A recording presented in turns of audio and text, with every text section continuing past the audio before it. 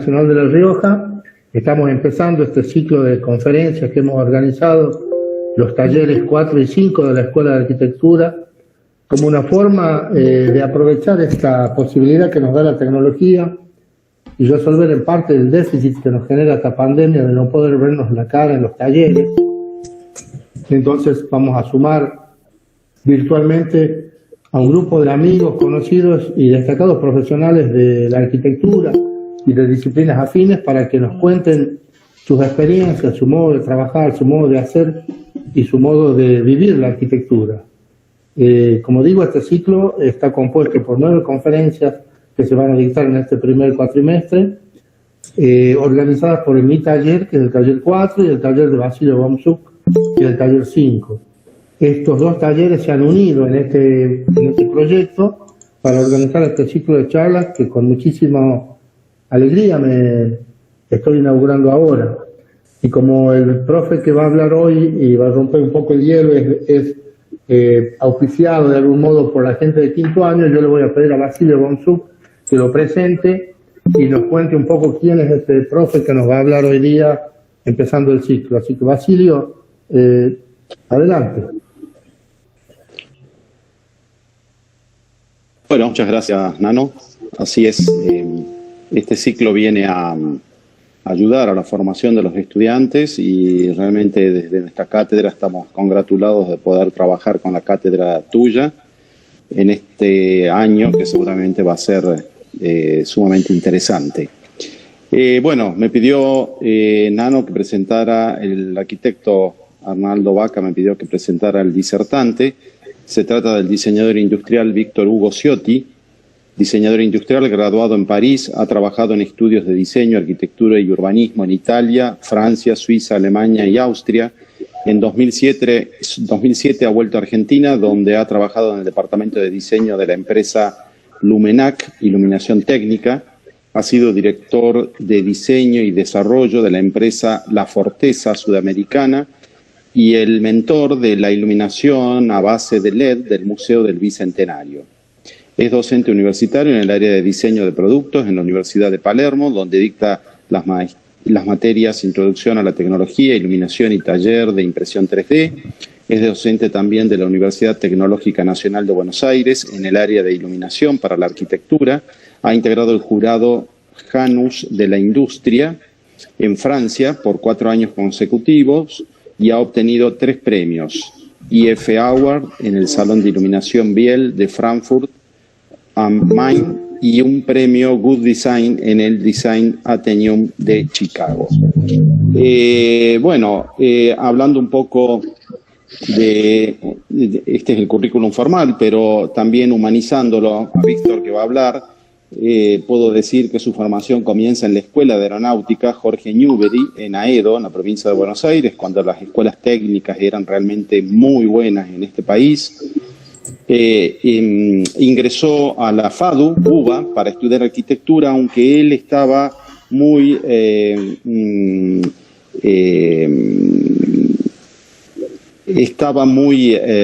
debatido. Para la palabra, sí, debatido, ya tenía en mente que lo suyo era el diseño industrial y es así que terminó su formación universitaria en Olivier-le-Serre, en Francia. Y es muy curioso porque su formación en Francia está ligada a la escuela de Ulm, de influencia luterana, como le fue su adolescencia en su ciudad natal, en Buenos Aires. Esto le va a contar él seguramente.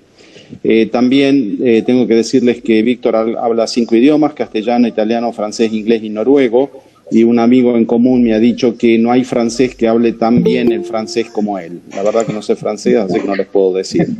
Estuvo en la época dorada de Europa, cuando todo era esperanza, cuando se creaba el sueño de la Unión Europea y muchos argentinos llegaban ahí y triunfaban y participaban de esta construcción que habían soñado nuestros abuelos. De esto sabrá Katia seguramente. Así que bueno, nada, les presento entonces a Víctor Hugo Ciotti, diseñador industrial. Él va a hablar de experiencias de vida de un diseñador industrial en este ciclo Aportes Internacionales a la Enseñanza de la Arquitectura. Bueno, gracias Basilio por la introducción. Bueno, voy a arrancar contándoles un poco lo que plantó como decorado Basilio. En el año 86, yo tenía 20 años y hice un primer viaje a Europa para conocer un poco, ver algunas cosas que me interesaban y que me daban mucha curiosidad. Y al mismo tiempo estaba estudiando arquitectura en la ciudad de Buenos Aires.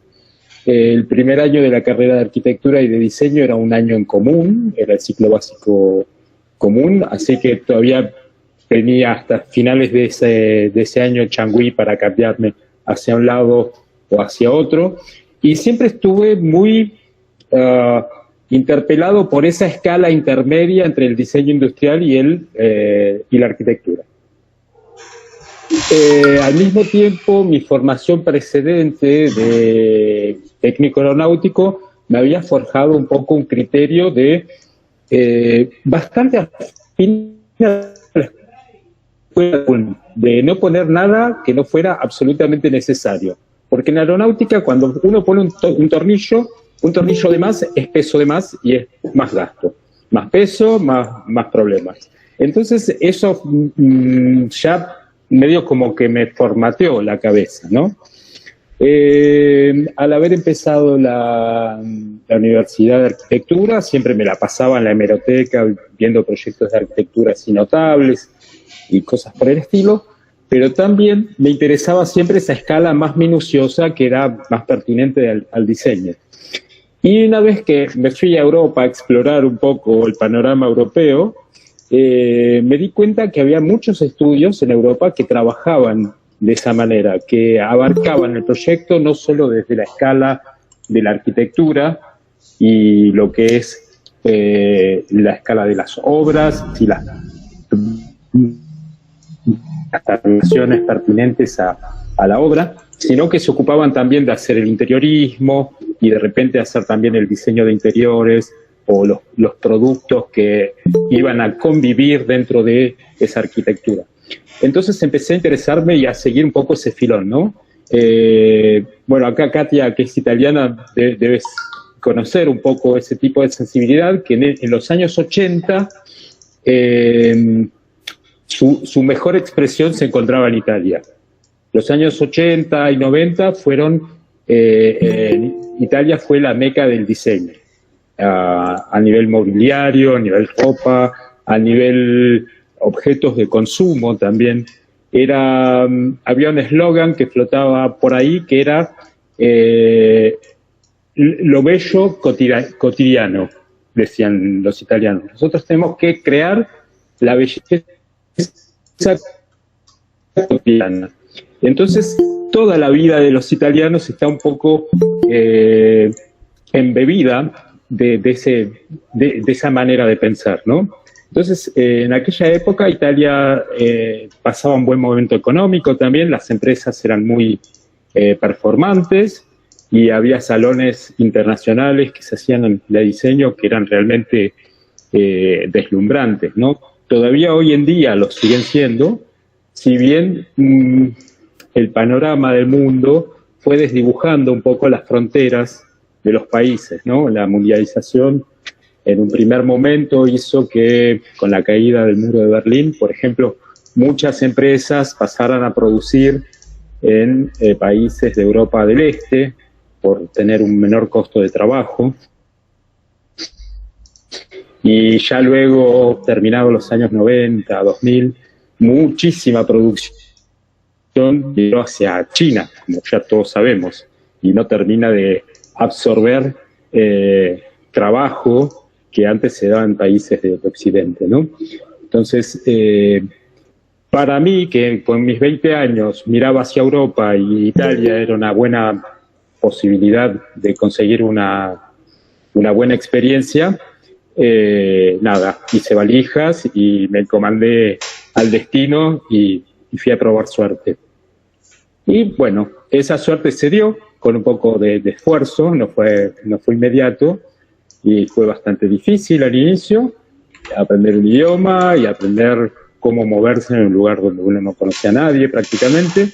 Pero bueno, con un poco de paciencia y unos meses conseguí un primer trabajo y luego otro trabajo un poquito mejor. Y tuve la suerte de ingresar a una empresa, no como diseñador, porque yo todavía no tenía mi título de diseñador. Ingresé a una empresa que diseñaban motos, y que eran motos de muy buena calidad, que se llama Aprilia. Y ahí ingresé como dibujante. Tienen que pensar que en esa época todavía se dibujaba a mano. Entonces teníamos nuestro ritual de llegar el lunes a la oficina tempranito, tomarnos un cafecito, preparar los lápices bien afilados, limpiar con alcohol todo el tablero, poner un papel blanco y empezar a dibujar, ¿no?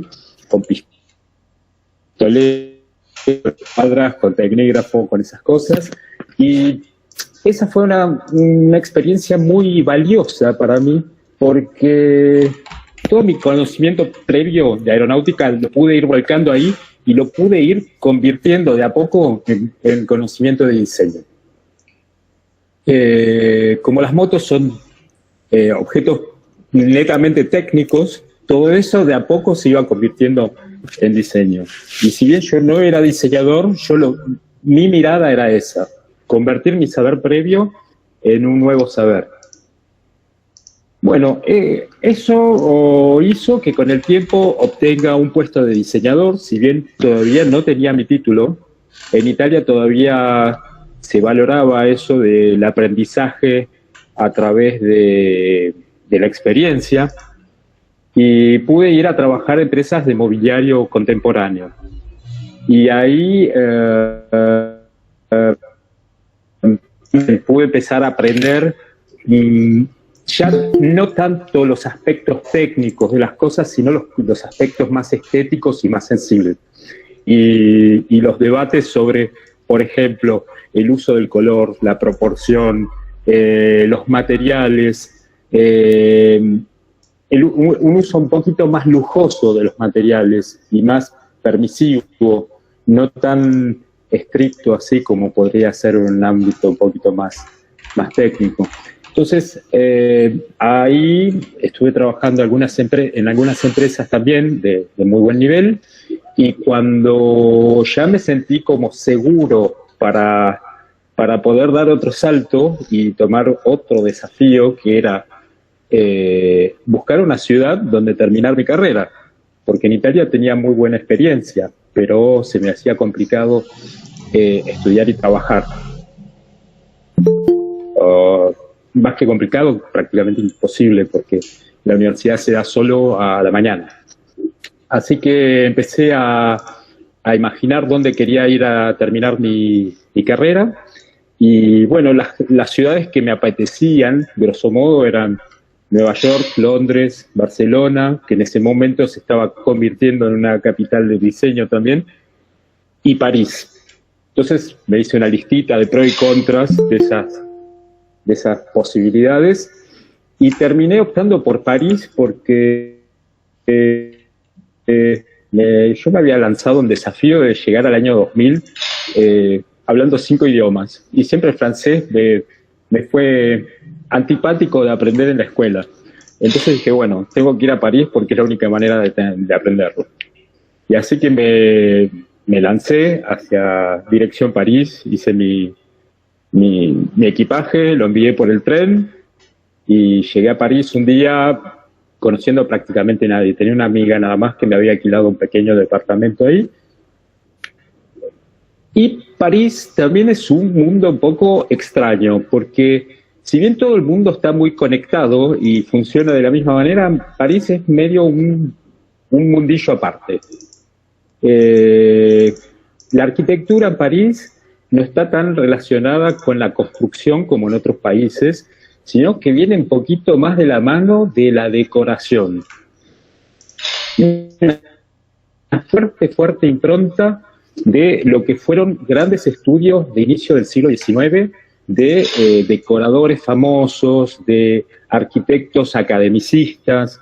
Y entonces la arquitectura en París tiene como un velo de decoración y de estética que en otros países no tiene, a mi parecer. Y eso se siente también en la sensibilidad de los arquitectos que trabajan ahí. Entonces, después de hacer un poco de enviar currículums y esperar a que me respondieran, ya había pasado 2 o 3 meses y no respondía a nadie. De los 100 y tantos currículums que había enviado, solo uno me respondió, que por el momento no tenía lugar. Dije, bueno, yo de alguna manera tengo que conseguir un trabajo, porque si no tengo que entender mandolín y volver a casa. Y no era lo que quería hacer. Entonces empecé a ir estudio por estudio, tocando timbre. Me informaba un poquitito antes de qué tipo de cosas hacían, iba a verlos y a dejarles mi currículum y mostrarles mi cara y mostrarles que tenía ganas de trabajar, ¿no? Bueno, y resulta que esa técnica funcionó y conseguí un muy buen trabajo en una agencia de arquitectura que hoy en día es la 4ª en tamaño en Francia, que se llama Villemot y Asociados, y que tiene la particularidad de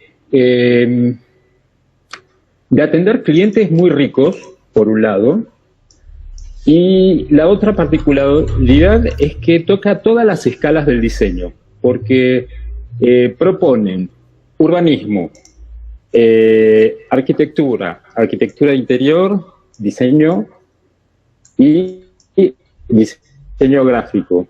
Y también se han ido expandiendo así hacia la museografía, hacia la decoración para espectáculos, etcétera, etcétera. Entonces, lo interesante de trabajar en ese lugar fue que uno no estaba encerrado en el casillero del diseño o de la arquitectura o del urbanismo, sino que uno trabajaba en medio de un montón de cada una de esas escalas. Y todas esas escalas se iban tratando de manera coordinada, de alguna manera. Entonces, lo que yo les puedo proponer es mostrarles algunas imágenes de algunos proyectos que se hacían en ese estudio, para que ustedes se den cuenta que a qué nivel de detalle se podía llegar en los proyectos, ¿no? Les voy a mostrar acá, permítanme que busque un poquitito las imágenes y ya las comparto.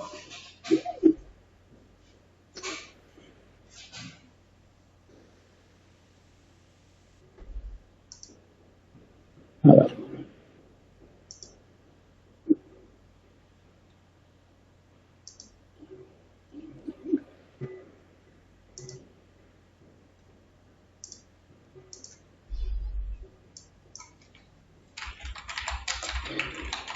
Ahí pueden ver mi pantalla. Aún no, Víctor. Ajá.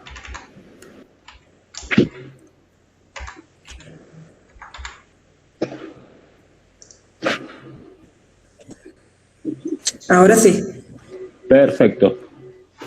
Bueno, para plantar un poquito el decorado, este es el sitio oficial de la agencia de arquitectura donde trabajaba. Hay una serie de proyectos y todos los proyectos son proyectos de gran envergadura. Tienen que imaginar que esta agencia hoy en día tiene 250 personas trabajando y es como una fábrica de proyectos. Hay proyectos para todo el mundo y la verdad es que todos son bastante ambiciosos. Entonces, cada uno de estos proyectos, para nosotros diseñadores integrados al interior de esa agencia, significaba que por ejemplo, un proyecto como este iba integrado en un plan de urbanismo. Un proyecto como este, que es más como un objeto, estaba pensado hasta el último detalle, de última tuerca del picaporte. Entonces, cada proyecto generaba para el resto de los servicios de la agencia un sinfín de necesidades y de oportunidades de diseño. Entonces, cada obra nos generaba, por ejemplo, si estábamos haciendo un hotel, nos generaba la posibilidad de diseñar, por ejemplo, los accesorios de baño. O si estábamos haciendo un edificio importante, de generar las luminarias para integrar en esa arquitectura. O si estábamos haciendo, no sé, una estación de trenes, hacer el mobiliario urbano que iba a convivir en los alrededores de la estación de trenes. Entonces, realmente era una experiencia así de diseño a todas las escalas y con una relación muy estrecha con los profesionales de otros sectores, ¿no? Que, dicho sea de paso, no siempre era muy fácil, porque en general el urbanista se sentía el dueño de su espacio, el arquitecto no quería que le toquen el edificio, el diseñador tenía sus propias ambiciones también en cuanto a la estética de las cosas, y todo eso era un pequeño polvorín por momentos que era, podía ser un cóctel bastante explosivo por momentos, ¿no? Entonces, sobre todo que son todas profesiones donde cada uno se siente el papá de su bebé y mantiene su ego muy alto para protegerlo, ¿no? No sé si pongo en imágenes lo que podía ser eso. Bueno, este tipo de proyectos nos daba como resultado que cada uno luego tenía que ocuparse de diseñar distintas cosas que entraban en la escala de la arquitectura. Y les voy a mostrar, por ejemplo, a nivel luminarias, que fue una gran experiencia para mí, qué podía significar. A ver.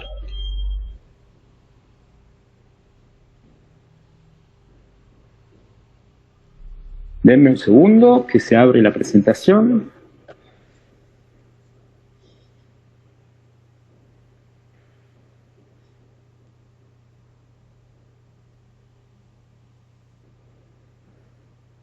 Bueno, por ejemplo, ¿pueden ver la imagen que estoy compartiendo ahora? Sí, Víctor. Perfecto. Bueno, esto es un sistema muy simple de riel para poner sistemas de iluminación de tipo muy variado. En general teníamos en la agencia siempre el problema de que los sistemas de riel para iluminación tenían uno o dos tipos de luminarias y no nos cubrían todas las expectativas que necesitábamos. De repente necesitábamos tener iluminaciones mucho más potentes para espacios más grandes, iluminaciones más suaves para espacios más contenidos. A veces teníamos que hacer presentaciones de vidrieras, a veces teníamos que hacer presentaciones en museos, y todos esos problemas no los podíamos resolver con los productos que teníamos directamente en el mercado o en el catálogo de turno. Entonces, eso generaba para nosotros una ocasión de diseñar un proyecto específico que venía a cubrir las necesidades de nuestra arquitectura y luego se volvía, por otro lado, un producto de serie que se seguía vendiendo a todo público, ¿no? Este fue el primer sistemita de iluminación y el más simple que diseñé, que si ustedes se fijan, tiene bastantes tintes aeronáuticos en cuanto a mecanismos y cosas. Por eso que yo les comenté antes, que mi background primero fue la aeronáutica, ¿no? Entonces esto empieza a parecerse un poco a un tren de aterrizaje para permitir girar esto en distintas posiciones, y a partir de esto lo iba declinando en distintas soluciones. Bueno, esto que parecía en un principio bastante simple y técnico, terminó dando tan buen resultado que nos permitió ganarnos un premio en Chicago. Y a partir de ahí descubrimos el potencial de esta colaboración así tan estrecha, ¿no? Digamos que hasta ahí más o menos los arquitectos, cuando venían a ver a los diseñadores, se sentían como el dueño de la obra. Y a partir de ver que estas cosas empezaron a funcionar muy bien, es como que empezó una relación un poco más de entre pares y de ida y vuelta. Y la cosa empezó a mejorar y a potenciarse. Entonces, el éxito de este primer sistemita luego hizo que otros fabricantes nos pidieran que desarrollemos productos un poquito más específicos. Entonces, a raíz de eso surgió este proyecto que era lo que ven acá es la parte del transformador de una lámpara, acá está la lámpara que tiene una óptica, y querían una lámpara que siendo el mismo artefacto pudiera ajustarse un poco como una lente de una cámara. Entonces lo que hicimos fue un poco inspirarnos en la lente de una cámara, simplificándola evidentemente, también por unos motivos de costos, y separamos la parte electrónica de la parte lámpara, porque en esa época todavía no se usaban los LED, estaban a punto de surgir, pero todavía era un experimento. Las lámparas calentaban muchísimo, entonces acá generamos estos dos volúmenes separados por aire, una especie de unión así articulada rara, que para ser sinceros es muy bonita y nos permite generar este espacio y dar como un pretexto de diseño, porque a veces las cosas no son absolutamente lógicas, a veces hay que inventarse un pretexto de diseño.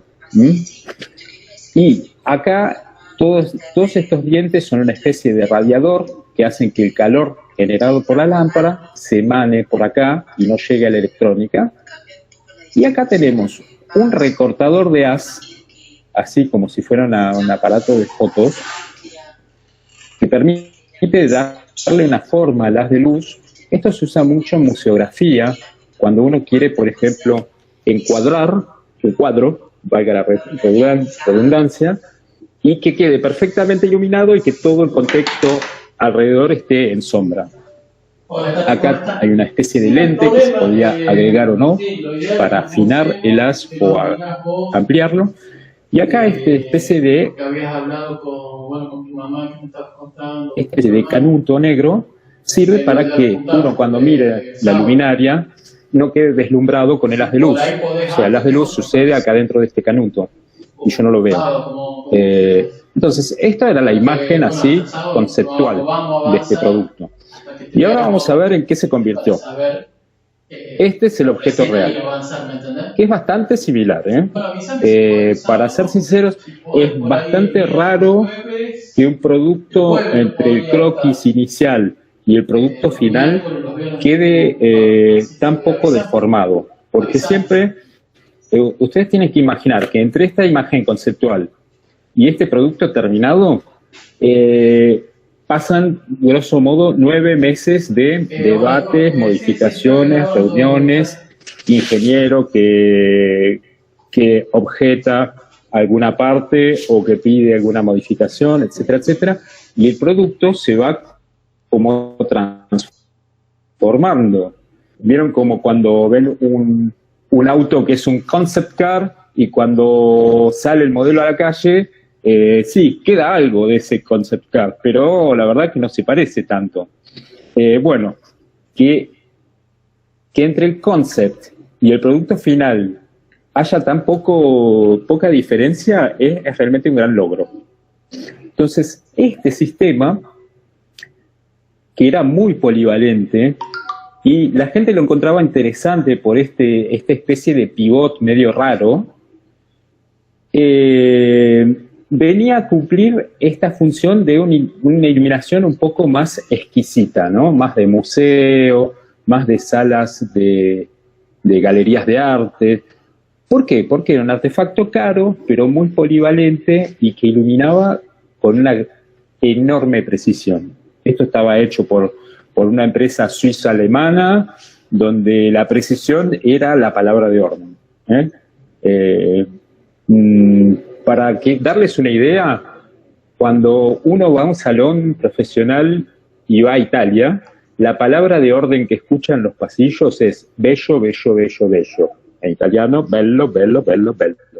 Cuando uno va a Alemania o a Suiza y va a un salón profesional, la palabra que se escucha susurrando en todos los pasillos es precisión y sistema. sistema y precisión, todo el tiempo. Entonces, eso da un poquito la idea de cuáles son las inquietudes que tienen esos dos pueblos, ¿no? Entonces, esto, en fin de cuentas, derivó en toda una familia de proyectores que eran realmente bastante sofisticados, no eran para nada baratos, pero que se justificaban en ese contexto de museografía y de galerías de arte. O sea, los más pequeños podrían cubrir las necesidades de una galería, de un negocio, de alta gama, etcétera, etcétera. Estos más complejos iban a solucionar la iluminación de un lugar como el Museo del Louvre, el Museo del Prado o el Victorian Albert, etcétera, etcétera. Tenían toda una gama de accesorios así que permitían de hacer realmente de la luz lo que se quisiera. Eran súper flexibles. Y esto nos permitió en el 2004 tener otro premio, que este premio es como tener el Oscar más o menos en términos de iluminación. Entonces, cada una de estas experiencias nos fue reforzando y en esta idea de esta colaboración muy estrecha entre arquitectura y diseño, ¿no? Este es un último proyectito que quería mostrarles, que es un problema bastante recurrente. En general, cuando los arquitectos piensan en arquitectura, evidentemente ponen el acento en la arquitectura, en el espacio, en la estética del lugar, que sea puro y que tengan tal concepto.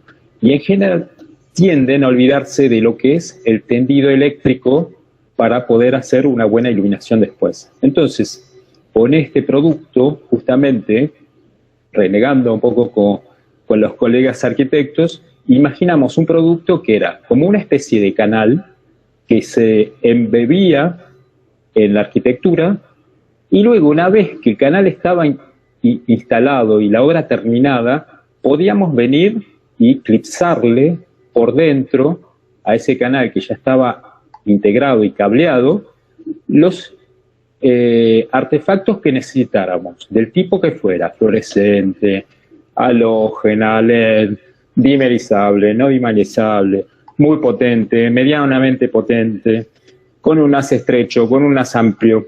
Entonces,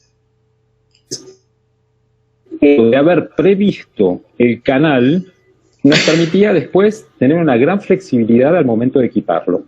Entonces acá ven cómo este canal se puede integrar con una especie de modulito con fluorescencia que puede salir o con un pequeño modulito que tiene otro tipo de lámparas.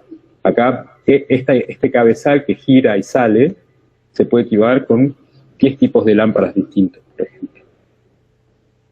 Acá lo pueden ver. Estos botoncitos eran lo que permitían clipsarlo y sin ningún tipo de instalación, simplemente enganchando este enchufe, ya el artefacto quedaba listo para usar. Además de ponernos así al ras, se podían también embutir como si fuera una pequeña garganta. De hecho, este canal luego cambió a ser negro justamente para permitir lograr ese efecto de garganta y que no se vea nada adentro, que se vea solo la luz que sale.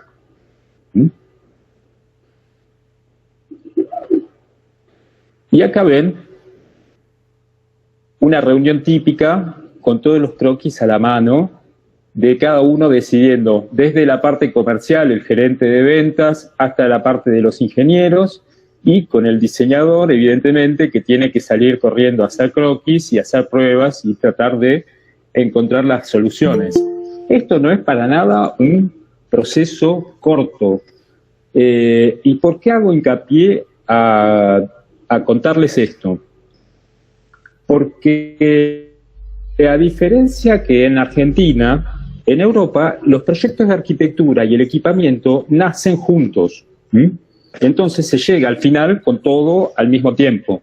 En Argentina me pasa muy a menudo, y por eso quiero comentárselo a ustedes que son futuros arquitectos, que los arquitectos nos llaman cuando ya toda la obra ya está hecha. Y cuando quedan los cables pelados en la losa, y dice, bueno, che, ahora que quiero iluminar esto, quiero hacer el otro. Y es una instancia, en general, como demasiado tarde para poder permitirse hacer cosas un poco especiales. Entonces,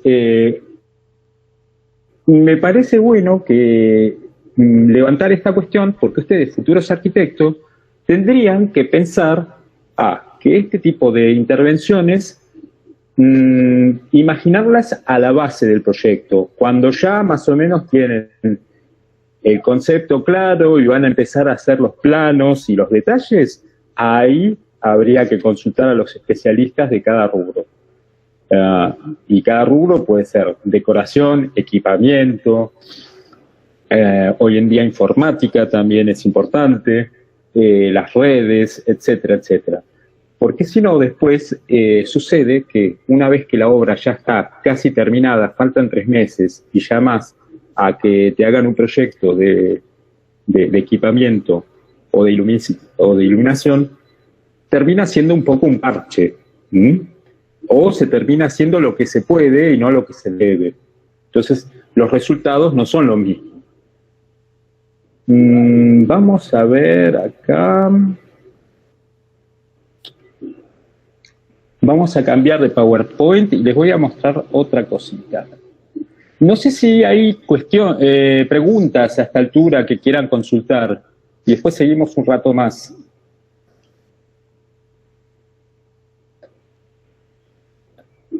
No sé, Katia, cómo manejan ustedes esto. ¿Hacen las preguntas al final? ¿Hacemos como espacios abiertos de pregunta y seguimos? Sí, al final mejor, si así termina todo y... Bien. Después... a ver. Vamos a ver. Este me encanta. Es un ejemplo que me les gusta. ¿Siguen viendo ahí los croquis que estoy poniendo en mi computadora? Sí, está bien. Perfecto. Acá hay un ejemplito. Esto ya no tiene más tanto que ver con la arquitectura, es más un proyecto de diseño puro y duro. Aparece un señor que tiene una fábrica de cocinas de gama, yo me atrevería a decir, extremadamente alta. La fábrica se llama La Cornue y nació haciendo cocinas para castillos en el siglo XIX. Son unas cocinas carísimas, pesadísimas, elaboradísimas y que funcionan muy bien, evidentemente, porque si no uno no pagaría el precio exorbitante que pide este señor. Pero le sucedió que quiso abrirse a una nueva clientela. Y la clientela que tenía eran los nuevos ricos que surgieron después de la caída del bloque soviético. En Rusia se generó una nueva burguesía y esa burguesía quería imitar a Occidente. Y quería imitar a Occidente en su modernidad. Pero tenía una particularidad, que su modo de pensar todavía era del siglo XIX, porque todo el periodo comunista es como que frizó el pensamiento burgués de Rusia. Y terminado el comunismo, estos nuevos ricos quisieron imaginarse una burguesía estilo siglo XIX, pero moderna. Entonces querían esas cocinas caras para aparentar, pero ya no les podíamos hacer las cocinas del siglo XIX porque las tecnologías habían cambiado y la manera de cocinar también y la estética también había cambiado. Entonces nos pidieron que exploremos un poco ese tema. Entonces empezamos a tirar garabatos así, de pequeños detalles, de cómo hacer algo que sea como retromoderno. Entonces empezaron a surgir estas manijitas, teníamos ideas de cómo integrar los planos de inducción, por ejemplo, que era la última novedad en ese momento, o vitrocerámica, etcétera, etcétera, y el resultado de todo ese mix terminó siendo un producto parecido a este, que era más que una cocina, era prácticamente un pupitre o un exhibidor de cocina, pero que cocinaba también. Entonces esto es un mueble con un plano de vidrio. Todo esto está tratado con materiales muy sólidos, pero que no tienen un lenguaje de cocina. Es más como un mueble, ¿ven? Es como si fuera un mueble muy lujoso. Y cada pequeño tornillo, cada pequeño detalle está como ahí muy bien puesto, y muy puesto en evidencia, como diciendo, estoy acá y soy el mejor que hay. Esto fue un claro ejemplo de... para mí esto era una lógica nueva, salir del diseño puramente funcional y estrictamente respondiendo a una necesidad básica, que era, por ejemplo, iluminar bien y de manera técnica. Esto tenía como connotaciones muy y pretensiones muy estéticas que para mí eran nuevas. Y esto se empezó a dar a partir de ese momento donde empezamos a ver que claramente había una gran polarización entre los productos de serie y había una nueva burguesía emergente en ese momento que estaba fuertemente polarizada hacia el lujo. Y en la agencia esa donde yo trabajaba, se optó por dar servicio a esa clientela nueva. Entonces, en ese momento empezó a surgir muchísimos trabajos en Rusia, muchísimos trabajos en Corea, que eran los países que estaban emergiendo fuertemente, con una economía se estaba desarrollando. Y hoy en día, seguramente yo no estoy más en esa agencia, pero puedo ir consultando los trabajos que publica. Evidentemente están trabajando fuertemente en China.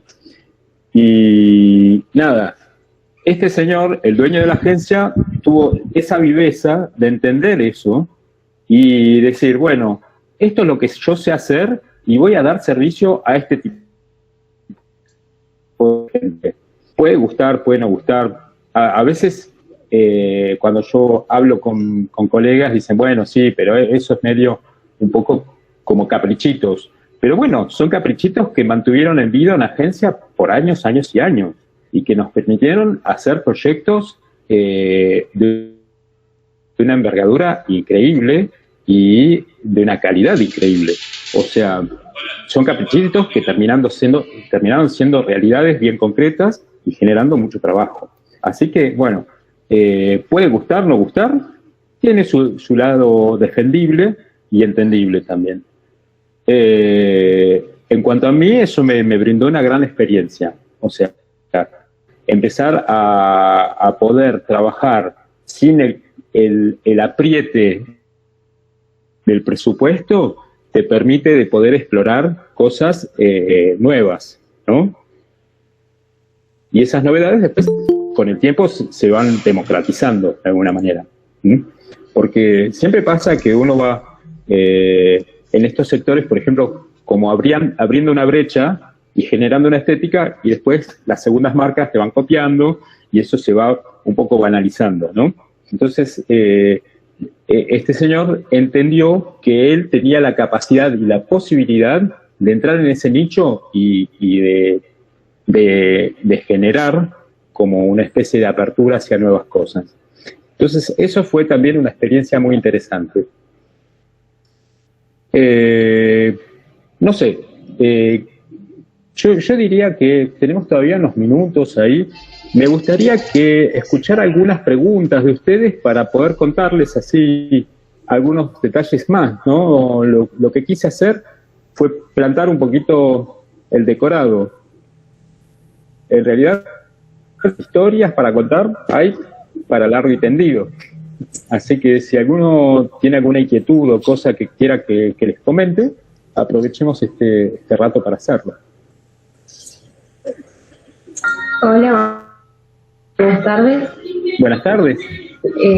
Sí, quería consultar qué tipo de material es lo que habías realizado con respecto a cocina, mueble. Me gustó, muy lindo. Ah, bueno, sí. Mirá, en cuanto a los materiales, es un tema súper interesante porque, te comento, este estudio eran 250 personas que trabajaban, iban todas las mañanas ahí a hacer proyectos, por lo cual, dentro del estudio teníamos una sala que era como una biblioteca, pero en realidad era una biblioteca de materiales, le llamábamos la materioteca. Entonces ahí teníamos, por sectores, vidrio, todo tipo y color, templado, no templado, con fin, con esto, refractante, no refractante, de tal espesor, con tal tratamiento. Un sector que eran maderas, y teníamos maderas de lo que fueran, porque cada proyecto que hacíamos, la pequeña investigación de materiales que hacíamos, íbamos y la capitalizábamos ahí. En vez de pedirle una muestra para el carpintero nada más, le pedíamos una muestra para el carpintero y nosotros nos guardábamos una. Y le decíamos, me corta una plaquita al formato 4 y le poníamos una etiquetita y decíamos, esta madera es, no sé, roble de Eslavonia que se cayó al lago Balaton y con el tiempo se volvió gris y la conseguís en tal proveedor. Entonces, con el tiempo fuimos armando como una biblioteca de materiales que era muy nutrida y lo que no teníamos lo íbamos a buscar. Entonces, ese era un lugar súper inspirado para trabajar, porque uno, una vez que había puesto en forma su proyecto en un croquis o qué sé yo, iba ahí y decía, a ver, ¿con qué lo voy a hacer?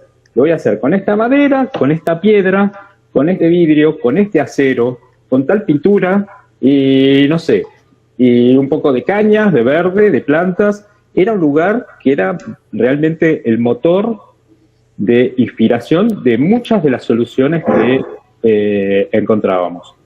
Entonces, por ejemplo, en el caso de la cocina, voy a poner acá de nuevo la imagen.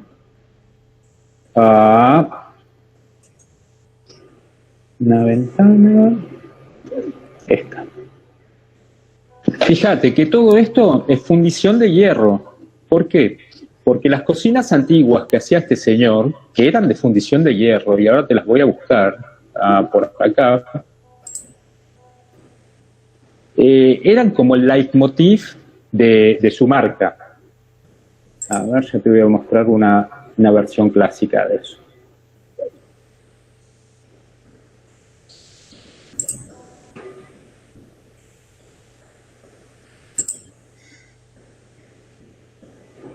A ver, dame un segundo que tengo que compartir la imagen.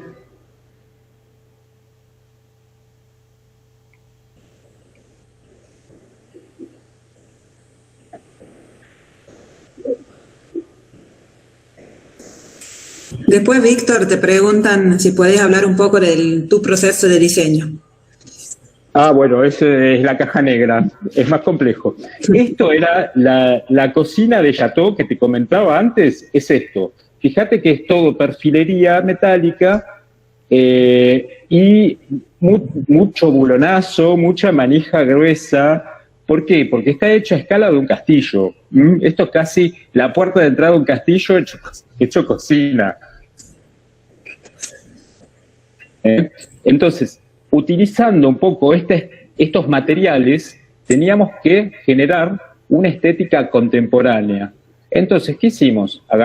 Usamos los mismos tornillos, pero esta vez en versiones más sofisticadas, al ras. Estas perfilerías son de fundición de acero, sumamente robusta, un poco para aliarnos a esta imagen que era el leitmotiv de la marca.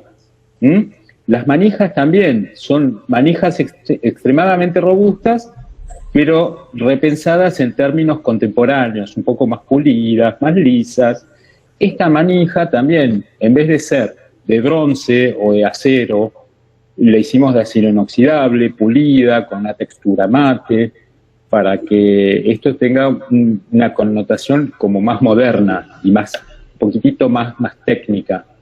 Y todo este plano de arriba es un vidrio que en general tienen unas serigrafías bastante banales, así unos círculos, y tienen unos botoncitos con unos números, y nosotros agarramos y deliberadamente le hicimos una serigrafía así de rayas.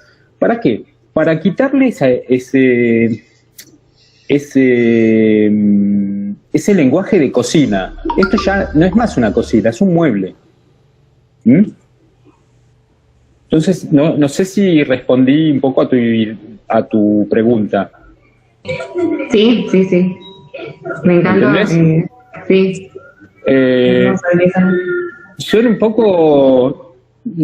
Yo la llamaría casi trampitas de diseño o pretextos de diseño, mejor. Y alguien ahí preguntaba sobre el proceso creativo. Y mira, el proceso creativo es un gran misterio. Un gran misterio porque uno termina inspirándose de cosas impensables a veces. En general, el proceso arranca así. Te juntás con la persona que te está pidiendo el proyecto, que en general ya tiene ideas preformadas de lo que quiere, pero todavía no las puede como verbalizar claramente. Entonces te dice, mira, yo quiero un producto nuevo, así, porque en realidad siento que mis productos se están quedando viejos, o perdí una licitación contra fulano o mengueche, o estoy más caro o más barato que fulano o sultano, y en general te expresan sus deseos en estos términos. Y vos tenés que hacer un poco el trabajo, no sé si llamarlo de psicólogo o de Sherlock Holmes, de entender entre las líneas qué es lo que está queriendo. Entonces, a veces te viene con una lista así hasta sumamente formalizada, de que dicen, quiero tal cosa, y vos la lees y tenés que empezar a imaginar una síntesis de ello. Porque la lista en general es un briefing, se llama briefing, es como una mezcla de expresiones de deseo y de problemas que encontró porque perdió licitaciones contra un concurrente. En general, las fuerzas de venta te ponen todas las cosas que tienen los competidores por los cuales ellos perdieron licitaciones. Entonces vos tenés que hacer como una síntesis de eso, limpiar un poco todo eso y reformularlo, pero no reformularlo en palabras, sino que tenés que reformularlo con croquis, con imágenes, porque el lenguaje de nosotros, seres creativos, arquitectos, diseñadores, gráficos, lo que fuera, no son las palabras, son las imágenes. Yo a veces me agarro un poco la cabeza porque te vienen a contactar y dicen, che, quiero hacer una nota o quiero poner algo en un libro sobre el diseño, qué sé yo, y haceme en texto. Y digo, no. Y eso pasa mucho en la arquitectura, a ustedes les pasará, que les dicen, explíquenme el concepto. Y bueno, el concepto es lo que se ve, y lo que se ve es lo que se siente. Nuestro quehacer es prevalentemente gráfico, volumétrico y sensorial. No es un romance. Entonces, lo que yo hacía era, con ese briefing, tratar de elaborar 3, 4 imágenes que pudieran sintetizar la esencia de esos problemas que estaban enunciados ahí. Y a partir de esos croquis, que es esta imagen, ahora se las voy a mostrar de nuevo, que estaba por acá.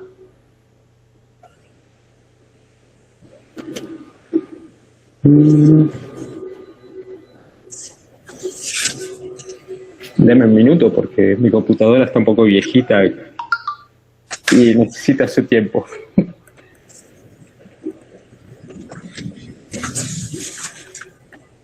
A ver.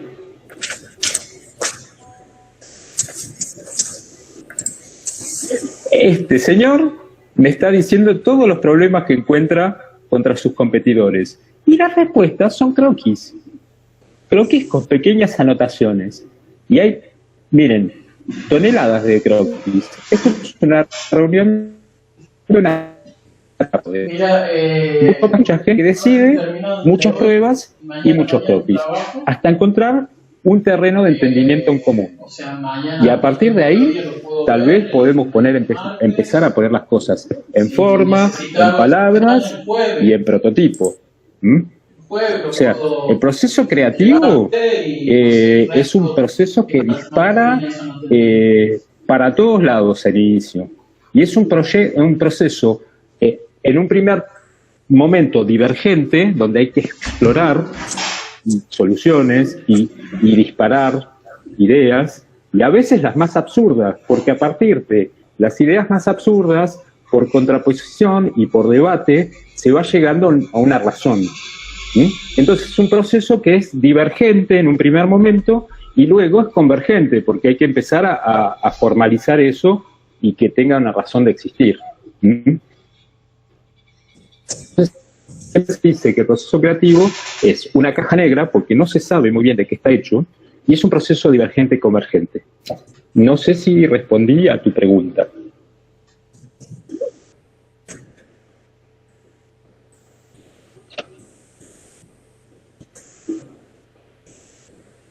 Había un muchacho que había preguntado eso. Y habían preguntado en el chat, por eso. Ah, bien. Te hago una pregunta yo, Víctor. ¿Qué diferencias encontraste en trabajar en Italia y después volver y trabajar en Argentina? A ver si tenemos la experiencia. Muchas y pocas. En el sentido, el proceso creativo es básicamente el mismo, pero después los recursos son netamente más acotados acá. Entonces, ¿qué pasa? Por un lado tenés los recursos que son más acotados, que te permiten de explorar menos. O sea, tenés que ir de manera más certera a una solución eficaz. De repente, esa cocina que acabo de mostrarles a ustedes, que en Francia es posible, en Argentina es imposible. Nadie va a poner $100.000 en una cocina. Es absurdo. Entonces, acá tenés que hacer el mismo proceso creativo, pero adaptarte a usar materiales mucho más escuetos y procesos más estandarizados. Lo que me parece sumamente importante recalcar en esta instancia es eso que les comenté hace un rato, que hay que prever que todo ese proceso de creación y de puesta a punto de un producto o de un objeto no se hace en 2 minutos. Entonces, lo que me pasa muy a menudo en la Argentina es que me llaman a último momento cuando ya todas las cosas están jugadas y cuando ya no hay presupuesto para nada. Entonces eso es lo que en realidad nos impide de desarrollar un mercado del diseño que sea un poquito más consistente. Sí, yo leí justamente ayer o anteayer una frase de James Lerner de Curitiba que decía eso, la creatividad comienza cuando se saca un cero al presupuesto. Sí. Es verdad. Sí. Trabajar con poco presupuesto es un desafío fuerte que puede ser interesante, pero lo que no soporta quitarle un cero es el tiempo del proceso creativo, porque el proceso creativo es el mismo. Entonces, bien, ahí está la diferencia. Yo creo que Argentina, en particular, tiene muchísimo potencial para desarrollar estas cosas, pero todavía falta crear el espacio, o sea, tener la conciencia de que uno cuando va a hacer una obra, no va a ser solo la obra, hay todo un sinfín de cosas que gravitan alrededor que también necesitan de tiempo y de planificación. Entonces, la astucia es poder empezar a integrarlas. Gracias. Basilio, ¿querías hablar? Sí, un poco para romper el hielo, qué sé yo, para que pregunten, aprovechen. Nada, a mí me parece que la escala que nos habla Víctor nos resulta extraña, ¿no? A nosotros los arquitectos, los estudiantes de arquitectura, quizás en nuestra carrera no tomamos la dimensión de lo que significa el detalle y que a la larga siempre forma parte del problema de diseño. O sea, cuando nosotros planteamos el diseño, lo tenemos que plantear siempre en esta mirada de la complejidad, me parece, y esto lo tiro para que Víctor, pueda contarnos, como me llamó la atención cómo habla del tornillo, ¿no es cierto? Habla de la cocina, y habla del castillo, y habla de esa ciudad. Entonces es como que todo tiene una relación y forma parte de ese pensamiento, de ese sistema complejo que tenemos que tener en cuenta nosotros en la carrera. Yo recuerdo que había un arquitecto que se llama, porque vive entre nosotros todavía, que es un arquitecto argentino que trabajó en la escuela de Ulm, Tomás Maldonado, que él trajo la idea a Buenos Aires, cuando volvió la democracia, luego de la dictadura, de armar lo que hoy es la FADU, ¿no? O sea, la Facultad de Arquitectura, Diseño y Urbanismo de la Universidad de Buenos Aires. O sea, cómo abordar el problema del diseño en toda su complejidad, desde la gran escala del territorio hasta llegar al último detalle, ¿no es cierto?, el picaporte de la puerta. Que me parece que esto es lo que hemos perdido y quizás puede resultar, cuando habla un diseñador, una cosa como extraña, pero que me parece que el arquitecto lo va perdiendo a medida que vamos avanzando. Y hoy en día me parece que cuando Víctor habla del tema de la palabra, y no, ¿qué palabra? Hay que mostrar un dibujo, el concepto, es toda esta onda, ¿no es cierto?, que estamos manejando ahora en las carreras, de entender y darle mucha vuelta al epitesmo, ¿no? Cómo estudiamos todo eso y la teoría que nos armamos, y me parece que la teoría también surge mucho, ¿no?, de esta mirada empírica, de cómo a partir también de prueba y error nosotros vamos formulando también esa teoría. No sé, es un comentario como para dar pie para ponernos a hablar de esto, ¿no?, de la dimensión del diseño en cualquiera de las escalas y cómo las hemos perdido. No sé, yo como arquitecto estoy cansado de recibir colegas que aparte de criticar mi casa cuando vienen, ¿no es cierto?, los colegas, ¿no?, siempre te dicen algo que me parece que es cierto. O sea, mirá, la puerta esta no cierra, mirá esta cocina, mirá, ¿quién te diseñó esta cocina? Mirá cómo está este detalle, mirá, esta puerta se junta con la otra. Y claro, y ahí uno se da cuenta de que realmente el diseño es una complejidad, ¿no? Desde esa idea que había, ¿no?, que el arquitecto estaba capacitado para mirar visionariamente desde un aeropuerto hasta la manija de una puerta, que la arquitecta Marlu Filippetti, que me llama siempre la atención y me gusta escucharla ahí en La Rioja, no sé si seguirá enseñando, pero ella, de la vieja escuela, dice eso, ¿no? O sea que lo hemos perdido. Este tema de la escala, que hasta Mies van der Rohe lo plantea cuando uno va a ver los edificios de él en Chicago, en el IIT, está presente esto. Bueno, tiro esto como para iniciar el debate para que no sea tan formal la cosa. A ver, todas estas disciplinas... A ver, el Chimango está ahí, también puede decir algo. Estas disciplinas creativas comparten todas la misma lógica. Luego se fueron fragmentando y especializando por una necesidad de que nuestra sociedad nos empuja a especializarlos. Después de la Segunda Guerra Mundial empezó a aparecer la figura del diseñador. Eso empezó a esbozarse con la Bauhaus. Antes, el arquitecto era una especie de Leonardo da Vinci que metía mano a todas las escalas.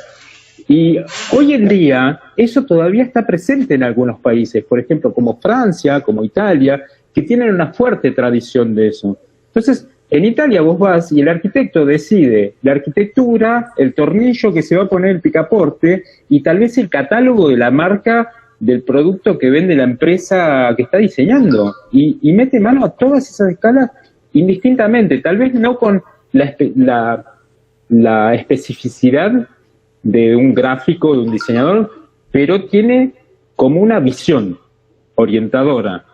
Y después cada uno desarrolla su parte, ¿no? Si ustedes piensan, hasta la generación de Mies van der Rohe, Le Corbusier, etcétera, etcétera, el arquitecto era arquitecto, diseñador, Le Corbusier, por ejemplo, hizo un prototipo del primer Citroën, que era un prototipo de un auto barato. Mies van der Rohe hizo mobiliario. Behrens hizo de todo, hizo edificios, lámparas, trabajaba en cualquier escala del diseño. Si ustedes piensan, por ejemplo, Charles Eames hacía arquitectura, hacía diseño, hacía películas didácticas, hacía brochures para didácticas también, hacía equipamiento,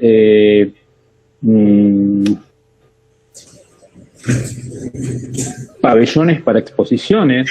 O sea, eran no se encerraban en una burbuja diciendo yo hago solo la parte de obra dura de arquitectura. Hacían un poco de todo. La especialización llevó a que cada uno estemos separados y que cuando nos juntemos nos entendamos difícilmente. Eso no tendría que ser así. Tendríamos que trabajar todos alrededor de la misma mesa.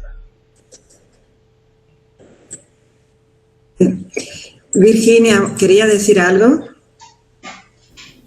Bueno, hola a todos, hola Víctor.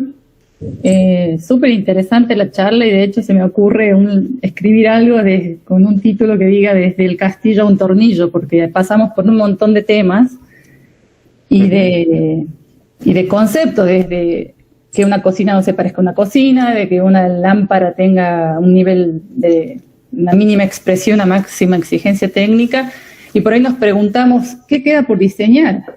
¿Cómo enfrentamos estos diseños nuevos? ¿Cuál es el desafío del diseño hoy por hoy? De este caso, desde el ámbito de la iluminación, si querés. Sí, mirá, para diseñar siempre hay cosas, porque problemas siguen surgiendo, el mundo no se detiene y lo importante hoy en día, que se habla tanto de sustentabilidad y estas cosas, es entender una cosa que es muy básica. Las cosas bien diseñadas son sustentables. ¿Por qué? Porque perduran en el tiempo. O sea, lo que conceptualmente es gratuito se degrada rápidamente porque queda bajo la influencia de la banalidad. En vez, cuando los objetos o los edificios están bien pensados, bien resueltos y bien utilizados los materiales, eso hace que el objeto, el edificio o la cosa perdure en el tiempo, y el perdurar en el tiempo hace que eso sea sustentable.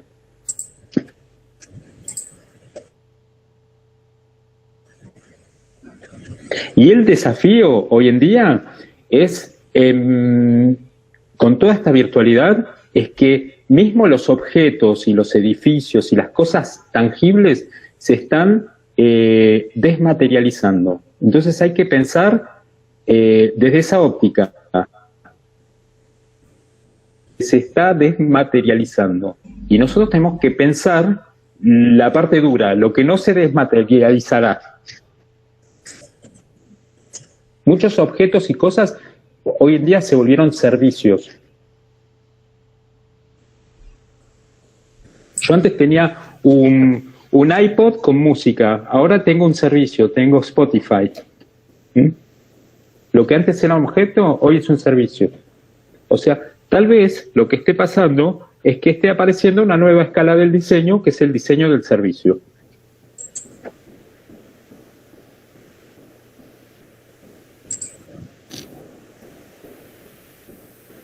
Y ahí agárrate, tenemos que convivir con eso.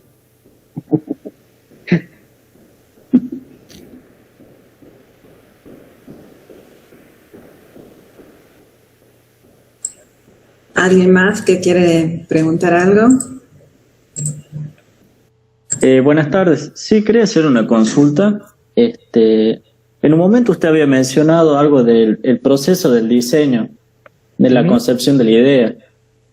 Y tocó el tema de que, por ejemplo, cuando trabajaba en conjunto con varios profesionales, ya sea el arquitecto, el ingeniero, a la hora de concluir el concepto de la idea, siempre surgen los fundamentos de cada profesional.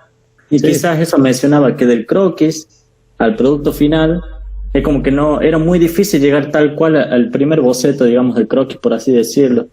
Sí, eso es una pulseada siempre.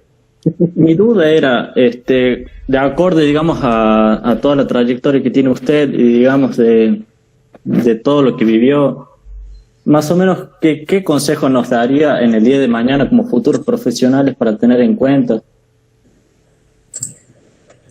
Mira, el mejor consejo que te puedo dar es tratar de mantener la esencia de tu proyecto, pero mantener siempre una puertita abierta al diálogo y al cambio, porque a veces la interacción con los otros colegas que están manejando otra escala, en un primer approach te puede parecer como una embestida, sí, y que te dicen, uy, me estás desarmando todo mi proyecto. Pero en realidad están también iluminando por dónde va la solución. Entonces tenés que tener por un lado, mantener esa fidelidad con respecto al concepto original y por otro lado, mantener una cierta flexibilidad para hacerlo evolucionar en el buen sentido de la cosa. Entonces, por eso te digo que siempre es una pulseada. A veces se pone hasta muy ruda. Entonces, hay que tener un poco esa cintura de decir, hasta acá puedo conceder y esto lo puedo mejorar así, así, así, pero si entro completamente en lo que me estás pidiendo, tal vez estoy desvirtuando mi idea. Entonces, es un diálogo y por eso el proceso de diseño no puede ser de 2 minutos. Es un proceso. Tenés una sesión de brainstorming y una conclusión. Y después lo ves 4 o 5 días después y es como que tenés la mirada virgen de nuevo y ahí te das cuenta de los errores y los aciertos. Entonces podés tener una segunda sesión para ir afinando la puntería e ir haciéndolo evolucionar. No es un proceso que yo me encierro una noche y saco en 5 minutos o 10 horas seguidas la solución mágica. Todos esos proyectos que te mostré que tuvieron premios, todo el proceso de diseño hasta el prototipo final que se mostró en el salón de exhibición, llevó 9 meses. 9 meses de una reunión por mes, ir a Alemania, ir a Suiza, volver, modificar, cambiar, el ingeniero dijo esto, pasa tal cosa con la temperatura, el tamaño de la lámpara cambió, etcétera, etcétera. No se hace en 2 minutos, no se hace en 2 minutos. Justamente es un proceso, no es una solución mágica. Eso que a mí me cuentan a veces que dicen, sí, pero Philip Stark te hace, no sé, un edificio en una servilleta en el viaje de París. No le creo nada, no le creo nada.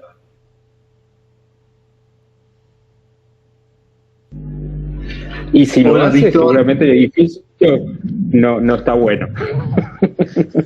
Hola, ¿me escuchan? Uh-huh. ¿Sí? Hola, Pablo. Sí. ¿Qué tal, Víctor? Te habla Pablo, ya voy a encender la cámara. Viajamos a Rosario, nos conocimos en Rosario cuando viajamos con nosotros de La Rioja y vos de Catamarca. Sí, me acuerdo de vos. Bien, un gusto, muy interesante tu experiencia, tu etapa de joven, que el mundo era pequeño para vos en esa época. Me pareció muy interesante, muy rico. La pregunta va sobre esta experiencia, sobre el Spotify que has dicho, como que te vi como un gesto, como que el servicio que te estaba otorgando te quitó el disfrutar el objeto, ese objeto casualmente que primero te daba música. ¿Qué tal si vemos ahora que las casas, puede haber que existe una tendencia que se vaya despacio hasta el uso de la cocina, cuando en realidad el servicio de la comida uno lo puede conseguir? ¿Cómo ves que llegue hasta esos extremos, que los objetos se vayan vaciando de aquellas cuestiones que fueron esenciales y básicas desde la humanidad, por así decir? Me interesa tu punto de vista. Yo sí, entiendo perfectamente tu cuestión. Yo creo que está en nosotros poner el límite a eso, porque, por ejemplo, a ver, Basilio, tal vez vos me vas a ayudar a recordar el nombre del arquitecto que hizo un edificio en Belgrano que no tenía cocina, que era para estudiantes y que tenía la cocina común. En Virrey del Pino, el de Ardoy. Ese. El del arquitecto Ardoy, Kurzban y no me acuerdo del otro. Y Ferrari. Ray. Eso que vos comentás es un experimento que ya se propuso, no sé si en los años 50, por ahí. Hizo un edificio para estudiantes donde los departamentos no tienen cocina, tienen un pequeño cuarto donde uno prepara simplemente el plato a último momento. Y tiene un montacarga y la cocina está en la planta baja. Todo el edificio usa una cocina semi-industrial y después tenés el servicio para despacharla a cada uno de los departamentos. O sea, es una posibilidad. En el marco del funcionamiento de ese edificio, que es muy específico, que son habitaciones para estudiantes, eso funciona muy bien. Y creo que el límite lo fija uno, si quiere o no quiere eso, porque, por ejemplo, Spotify me quitó del iPod, pero ¿es necesario llevar un iPod en el bolsillo todo el día? Tal vez molesta, y el servicio es mejor que tener un objeto. Entonces, es como que la frontera es un poco desdibujada, pero sí me parece que es una de las grandes tendencias de acá para adelante, de que muchas cosas materiales se vuelvan inmateriales. Entonces, yo creo que eso nos pone el gran desafío de pensar arquitectura que son como más esenciales, que ya tenemos que integrar esos servicios de otra manera. Hoy en día me parece que la red de informática es casi más importante que el desagüe del baño, prácticamente. Te quedás sin desagüe del baño y más o menos la piloteas. Sin internet te morís. Es lo que está pasando. Sí. Entonces hay cosas que están muy instaladas así que hay que empezar a repensar. Pienso cuando lo que te decía Pablo, te acordarás seguramente de los estudiantes que diseñaron precisamente un conjunto de viviendas en la cocina comunitaria, ¿no? Claro, esa cosa. Me parece casualmente. Así, interesante. Y nada, pero pienso, claro, cuánto nosotros, los docentes también, coartamos, ¿no es cierto?, esa posibilidad de que el estudiante pueda expresarse, ¿no? O sea, y cómo hacemos para precisamente incentivar esa creatividad, porque también la academia también me parece que también ayuda, ¿no es cierto? Así como les pasa a los chicos de 6, 7 años que entran a la escuela y ahí se desactiva totalmente ya la glándula pineal porque empiezan allá a decirle todo lo que tienen que hacer en la escuela, los deberes que hay que hacer, todo lo que tienen que hacer, donde tienen que movilizarse, cómo cruzar la calle, todo, va perdiendo esa creatividad. Supongo que en la academia debe pasar lo mismo. Pero te digo que nosotros hemos tenido, doy fe, ¿no, Pablo?, que hemos tenido estudiantes que diseñaron esa cocina soviética. Pero me encanta la cocina soviética porque yo creo que en las grandes ciudades la gente vive en espacios muy pequeños y vive sola. Y la cocina puede ser una especie de ágora donde encontrarse y socializar. Y es un súper buen pretexto. La gente hoy en día, ¿por qué tienen Tinder? Porque la gente no se encuentra más por la calle. Entonces hay que crear lugares de encuentro.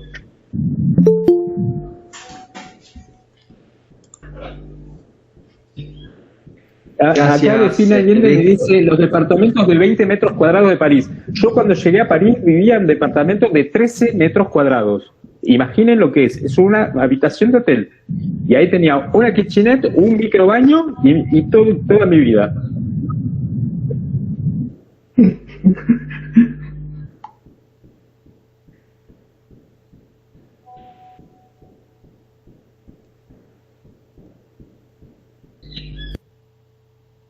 Y ahí viene una reflexión interesante también. ¿Por qué se puede vivir en 13 metros cuadrados en París y en otro lugar no? Porque la ciudad está ricamente equipada de un montón de servicios que vos no los tenés en tu casa. Tenés transporte de calidad, lavandería de calidad,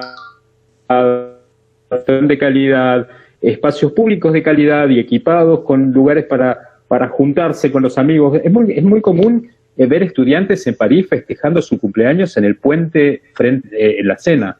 El puente de la Sena es el lugar, es el living de sus microdepartamentos. Y tienen una mesa y hacen un picnic, ahí se juntan 40, 50 personas y no es un problema.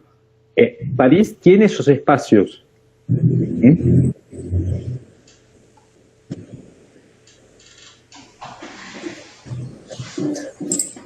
Y eso es una frase que aprendí también en Francia, que este estudio donde trabajaba, que hacía urbanismo también, el urbanismo lo trataba como si fuera el espacio interior, como si fuera el espacio interior de una casa.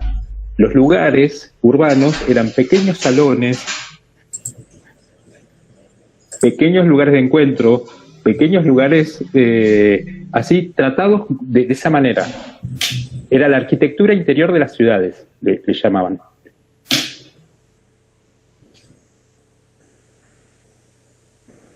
Hola, Víctor, ¿cómo estás? ¿Qué tal? Gonzalo Chimango me dicen acá. La verdad que fantástica tu historia de vida en relación al diseño. Por ahí quería tocar algunos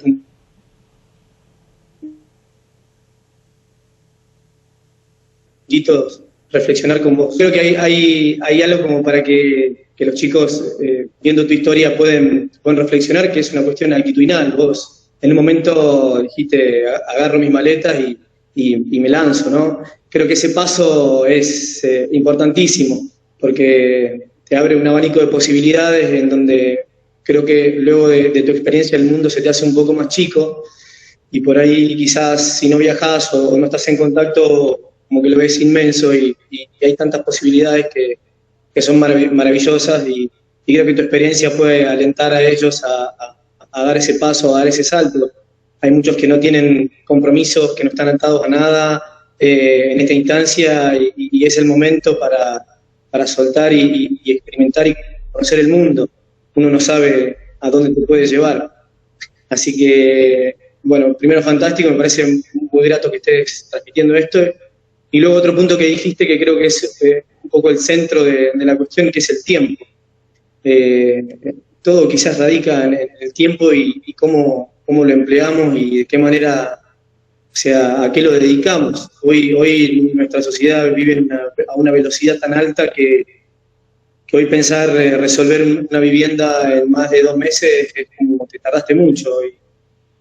Y así por ahí son los resultados que hoy estamos teniendo.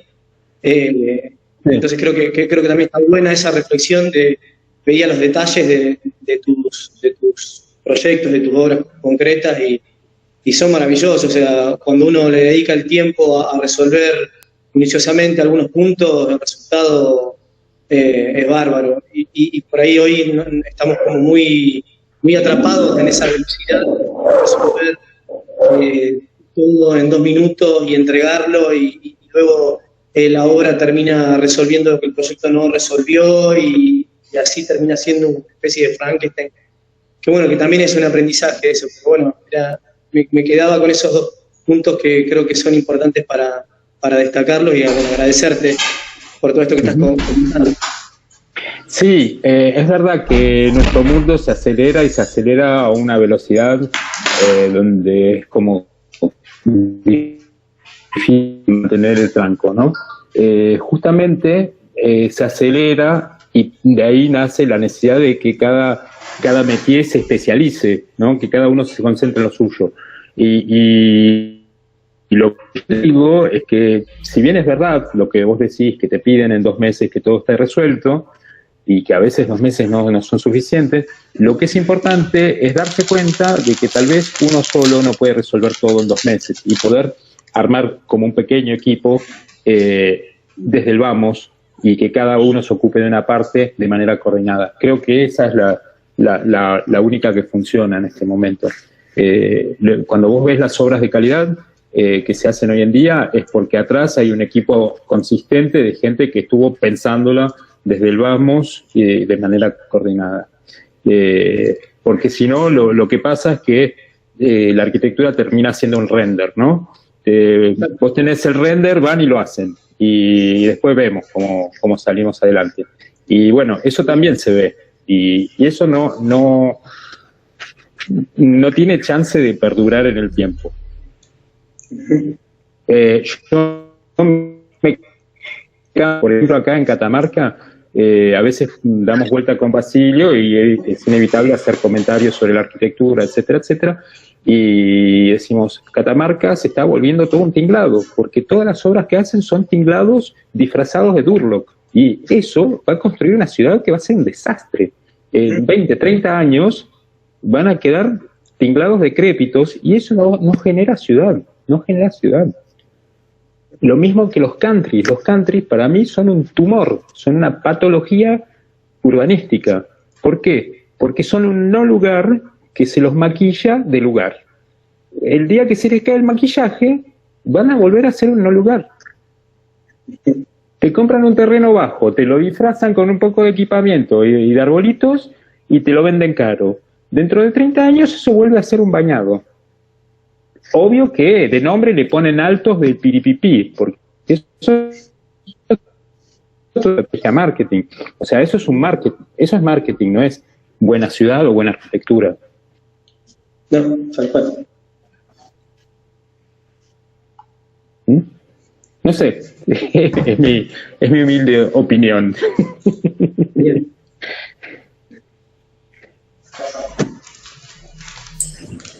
Y lo peor es que esos espacios no generan ciudad. Yo creo que la arquitectura tiene un desafío grande, porque tiene que generar el abrigo para la gente y generar la ciudad donde uno vive. Y eso es un sistema complejo, pero complejo de verdad. Entonces vos estás interviniendo a caballo de dos escalas, queriendo o no queriendo. Perdón, hola, Mario. Sí. Yo creo también que pasa porque estamos viviendo un momento, ¿no?, en donde el culto por la imagen es lo más importante. Y bueno, atraviesa no solo la arquitectura, el diseño industrial, todos los ámbitos de la televisión, bueno, todos los ámbitos de la vida. Pensando yo en los objetos de diseño, ¿no? Y digo, uno va recién fui a Lisi, por ejemplo, a comprar unas cosas y uno ve en la góndola donde hay tenazas, y las tenazas tienen un sobrediseño, por decir, que no hace nada a su funcionamiento, que debe tener, no sé, 200 años, y lo que lo mejoraría es mejorar por ahí quizá la resistencia, cuestiones ergonómicas y demás, y no hacer, qué sé yo, la imagen que va desde el blister en donde está puesto, colgado, hasta los materiales y los colores y demás. Entonces, el sobrediseño, que alguna vez leí un artículo que como que en Barcelona estaba ocurriendo una situación, este artículo tendría 10 años ya o 15, de sobrediseño, que había cosas que tenían una incorporación de diseño que excedía el fin propio, no por el diseño en sí, sino por el diseño como imagen. Y creo que pasa lo mismo, por supuesto, que en la arquitectura, ¿no? Que hay, a ver, vamos al caso que acabas de decir, un tinglado, en su naturaleza seguramente es portador también de una belleza para el fin que sea, una fábrica, un depósito, lo que sea. Ahora, cuando se quiere impostar que en ese espacio van a funcionar otras cosas y entonces se asocia a una estética que no se recurre al decorado o al maquillaje con el Durlock, ¿no? Claro. Eso está un poco también en algún libro que habla sobre Las Vegas, no me acuerdo del autor. Entonces, el síntesis era, nosotros somos muy responsables de hacer buen diseño. Lo que quizá tenemos que tener también una responsabilidad de no sobreactuarlo o pasar los límites para los cuales estamos llamados a trabajar. Si no, nos convertimos en otra cosa ya, ¿no? Uh-huh. Sí, sin duda. El problema es complejo porque uno también a veces está puesto enfrente a la realidad de que le están diciendo, tenés que resolverme este problema con X cantidad de plata, y esa cantidad de plata lo único que permite es hacer un tinglado, ¿no? Y bueno, uno va a tratar de resolverlo lo mejor que puede, tal vez. yo lo que quiero decir por ahí es que tal vez haya que evangelizar un poco, ¿no? En el sentido de decir, che, ¿te parece que para una cervecería hagamos un tinglado o para un restaurante hagamos un tinglado? No sé, me parece que no da.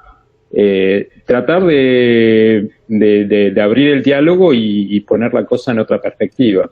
Es evidente que si tu cliente quiere hacer un tinglado y no le da los márgenes para hacer otra cosa, vas a tener que hacer eso. O sea, y probablemente lo hagas porque tenés que hacer comer a tu familia. Yo lo que digo es que tenemos que estar alerta de no caer en el facilismo de dar por sentado eso así a priori. O si vamos a hacer un tinglado, entonces, bueno, pongámosle toda la energía para que sea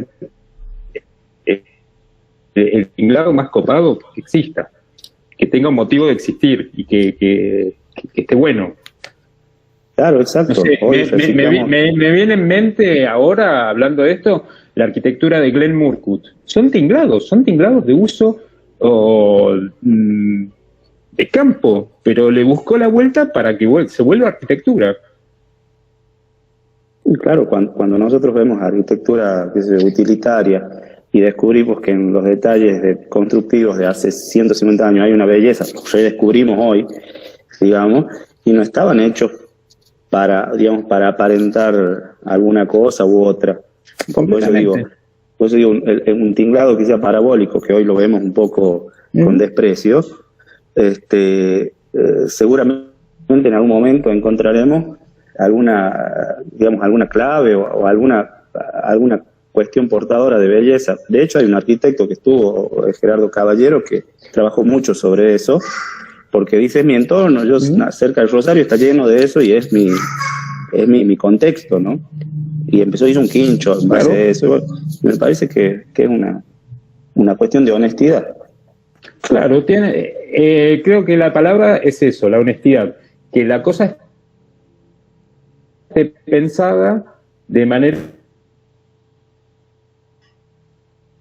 que de encontrar no sea el simple tinglado banal y que resultó como resultado, sino que tenga un motivo de existir, que esté pensado, que se integre en su contexto de una manera generosa, de alguna manera, por decirlo. Hola. Hola. Tengo la palabra. Hola, Víctor, ¿cómo estás? Bien. Gente, ¿cómo están? Yo quería hacer un paréntesis. ¿Qué tal, Emiliano? Tanto tiempo. Contrario, sí, la verdad. Contrario a lo que venimos hablando de estas velocidades de construir y de hacer ciudades en base a cáscaras o a la necesidad de uso a corto plazo, ¿no? Hoy el boom de los tinglados, porque hay una realidad que es que la gente necesita cosas, ya sea para vender, revender, para llevar, para traer cosas, y lo estamos viendo en las ciudades. Por otro lado, hay otra corriente que está saliendo muy de a poco y menos evangelizada, que es la slow, digamos, que tiene que ver con muchas otras cosas, desde la comida, tiene que ver con los procesos a largo plazo, con los procesos que necesitan una maduración y que la calidad del producto final reside únicamente en el tiempo, o no únicamente, pero sí en gran parte en el tiempo que ha llevado su proceso. Arquitecturas como las de Grupo Talca o de Borde o muchos de estos estudios y colectivos que trabajan con territorios y con colectividades, son procesos de años, posiblemente para terminar de hacer una cabañita o un quincho, pero que está tan bien asentado en las dinámicas sociales, económicas, culturales y hasta ambientales, que terminan perdurando y siendo parte de la memoria de un lugar.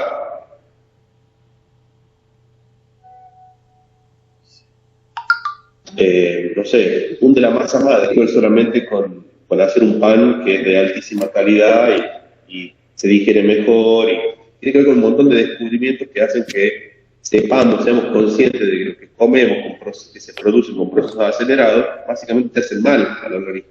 Y las arquitecturas que se piensan para ser descartadas, le hacen mal a la ciudad.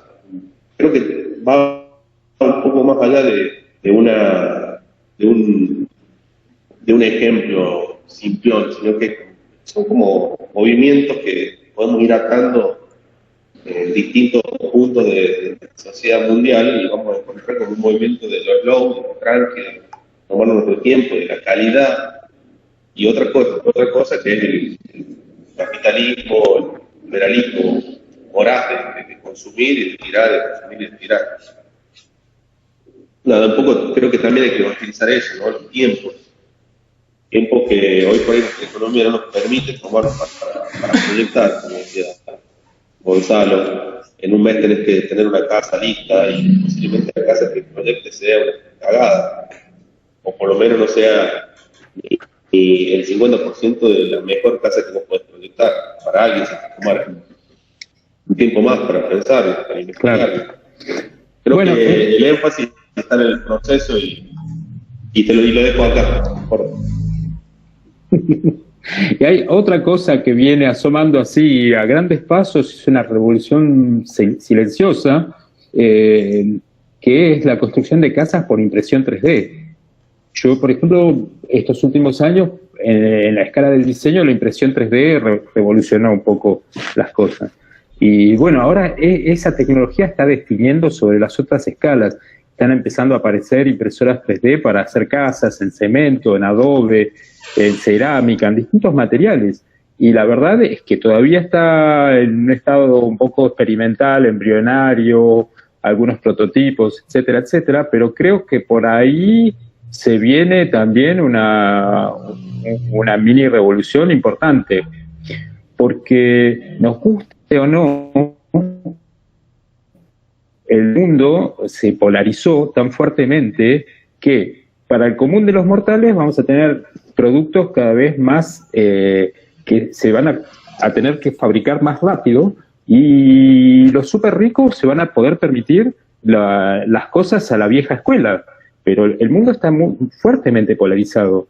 Yo creo que ya eso escapa a nuestra escala de la arquitectura, el diseño, la filosofía, todo. Es así, nos guste o no, no sé cómo va a terminar esta historia, probablemente a los tiros, o con un bicho tirado por ahí, pero es el desafío que nos toca vivir.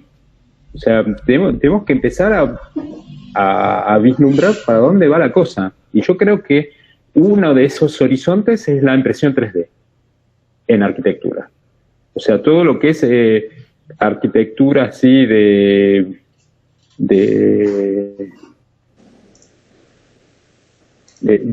pequeños grupos urbanos o construcciones colectivas así, yo creo que se va a abrir una brecha por ese lado. Bueno, con esta reflexión de Víctor, imaginando el futuro incierto que tenemos, y bueno, agradeciéndole su participación, es que bueno, damos por terminada esta charla de hoy. Y bueno, la próxima, Katia, ya va a ser pronto, ¿no? El próximo lunes con Pablo Prol, que está aquí con nosotros, pero no quiere hablar, y de España, así que el lunes estaremos con él. Muy bien. Bueno, agradecerte, Víctor, y nos estamos viendo en el próximo encuentro. Y ahora ya nos encontramos, descansamos un rato, y a las 19, por lo menos los de quinto año, nos vemos en el taller 5. Muchas gracias a todos. Gracias, Víctor, un abrazo. Y gracias a ustedes. Chao. Que tengan muy buena tarde. Gracias. Chao, Víctor, gracias. Chao. Muchas gracias, Víctor. Chao.